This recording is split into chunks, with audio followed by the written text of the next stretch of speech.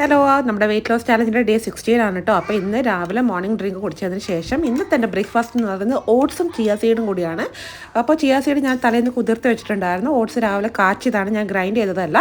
പഞ്ചസാര ഹാഫ് പൊണി ഇട്ടിട്ടുള്ളൂ. അപ്പോൾ പോകേണ്ട തിരക്കിലാണ്, വേറെ പാത്രത്തിനകത്ത് ആക്കാൻ പറ്റിയില്ല കേട്ടോ.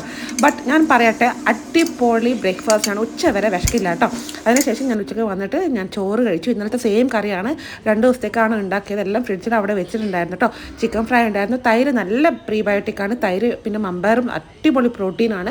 ഏകദേശം ഒരു അച്ചാർ കൊടുത്തു. ക്ലൗഡി ആയിരുന്നു, മഴയൊക്കെ എവിടെയൊക്കെ ദോഹയിൽ പെയ്യുന്നുണ്ടായിരുന്നു. പിന്നെ വൈകിട്ട് ഇന്ന് ഞാൻ വർക്കൗട്ട് ചെയ്തില്ല, ഞാൻ ജസ്റ്റ് കുറച്ച് നേരം ഒന്ന് നടന്നു. കുട്ടികൾക്കൊക്കെ സൈക്കിൾ ഓടിക്കാനുണ്ടായിരുന്നു. അപ്പോൾ ഇനി 2 ദിവസത്തേക്ക് നമ്മൾ വർക്കൗട്ട് വീഡിയോ ഉണ്ടാവില്ല.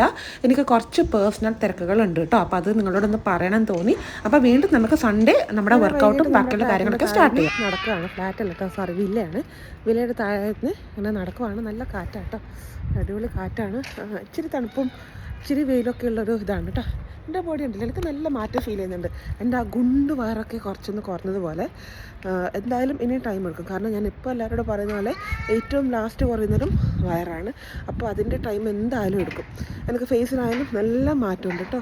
ഫേസൊക്കെ ഇവിടെ താടിയൊക്കെ ഇങ്ങനെ തൂങ്ങി കിടക്കുന്നതായിരുന്നു, കുറച്ചും കൂടെ റെഡ്യൂസ് ചെയ്യാനുണ്ട്. ഇൻഷാ അള്ളാ മാർച്ച് ഫുള്ള് ഞാൻ അതിന് വേണ്ടി പ്രയത്നിക്കും.